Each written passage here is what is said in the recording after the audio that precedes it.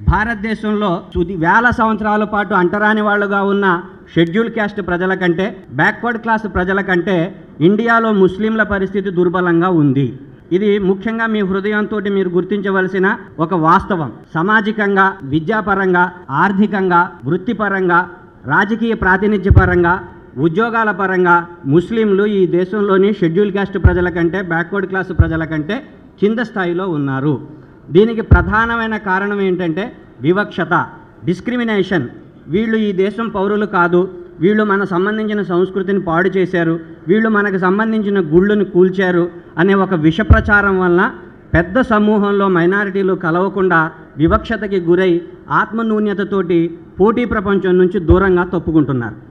ఆలోచనాపరులైన మీరు ఈ వరవడిని మార్చి 30 కోట్ల మంది భారతీయులు, మనం నివసిస్తున్న ఆంధ్రప్రదేశ్లో సుమారు 1 కోటి మంది ప్రజలు కర్నూలు, అనంతపూర్, కడప, చిత్తూరు, ఏలూరు, కృష్ణా, గుంటూరు జిల్లాలలో చాలా గుణాత్మకమైన ముస్లిం సంఖ్య ఉంది. కాబట్టి వీళ్ళందరూ మిమ్మల్ని కోరుకుంటున్నారు. కాబట్టి వీళ్ళకి వివక్షత నుంచి బయటకి తీసుకొచ్చే ఒక కొత్త రాజకీయ వరవడిని, కొత్త రాజకీయ ఆలోచనని సమాజానికి మీ ద్వారా అందివ్వాలని చెప్పి నేను కోరుకుంటున్నాను. ముస్లింలకి సుమారు 5 లక్షల గోదావరి డెల్టాలో 5 లక్షల పంట భూములు ఉన్నాయి.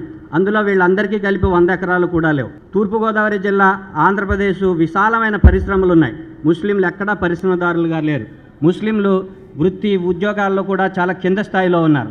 దైనందిక జీవితంలో డే టు డే లైఫ్ వాళ్ళు రెక్కల కష్టంతోనే తమ కుటుంబాన్ని పోషించుకునే ముస్లింలు 170 మంది ఉన్నారు. వాళ్ళు కష్టపడితేనే కుటుంబాలు వెళ్తాయి, లేకపోతే వాళ్ళు పస్తుండవలసిన పరిస్థితి ఉంది. ఈ గ్రౌండ్ రియాలిటీలో ఇంత పేదరికాన్ని భరిస్తూ వివక్షతను కూడా భరిస్తే వాళ్ళు మరింత వెనక్కి వెళ్ళిపోయే ప్రమాదం ఉంది.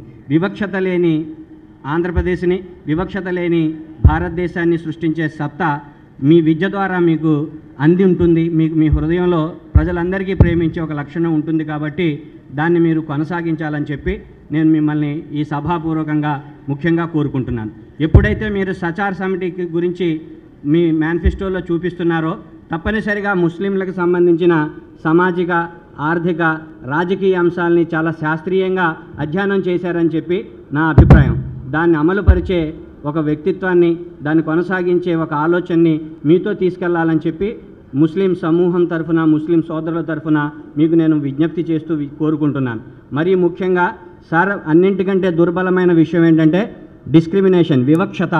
ఆ వివక్షత వలన ఏ సమూహం అయితే వివక్షతకి గురవుతుందో వాళ్ళు ఆత్మన్యూన్యతకి గురవుతారు. ఆత్మన్యూన్యతకి గురైన వాడు ఏ కాంపిటీషన్లో కూడా పాల్గొకుండా పక్కకు వెళ్ళిపోతాడు. కాంపిటీషన్లో పాల్గొకపోతే ఏ అవకాశాలు లేకుండా పోతాయి. కాబట్టి ముస్లింలకు సంబంధించినంత వరకు మీ రాజకీయ శిక్షణా తరగతుల్లో వాళ్ళు పార్ట్ అండ్ పార్సిల్ ఆఫ్ ఈ నేషన్.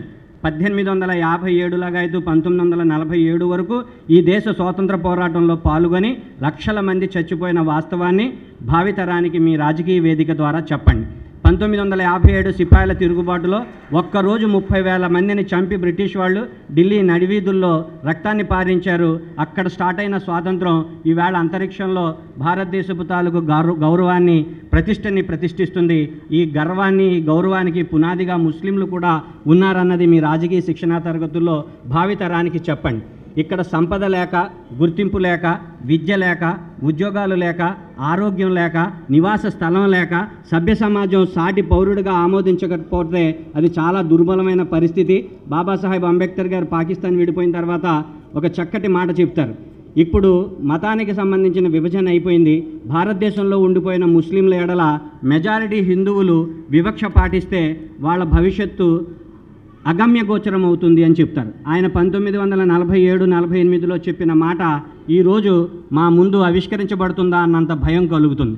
కాబట్టి భారతదేశాన్ని రక్షించుకోవడానికి, భారతదేశం అనే దేహానికి 2 కళ్ళు లాంటి ముస్లింలు, హిందువులు సమాన గౌరవాన్ని, సమాన అవకాశాలని అందిపుచ్చుకోవాల్సిన అవసరం ఉంది.